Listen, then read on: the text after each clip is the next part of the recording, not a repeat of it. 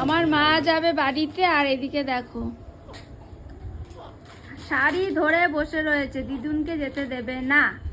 মা বাড়ি যাবা? এত সোজা না। দেখো আমার শাড়ি ধরে বসে আছে। আর এই যে আর একজন আমার কোলে। অত সোজা না, এরপর আর যেতেই পারবে না, বুঝেছ? দেখো শাড়িটা মোটে ছাড়েই না। কি গো দেখেছো? বাবা বাবা বলো, আমাকে শুধু বড় হতে দাও, বাড়ি যাওয়া একদম যেতে দেবো না বাড়িতে, একদম না।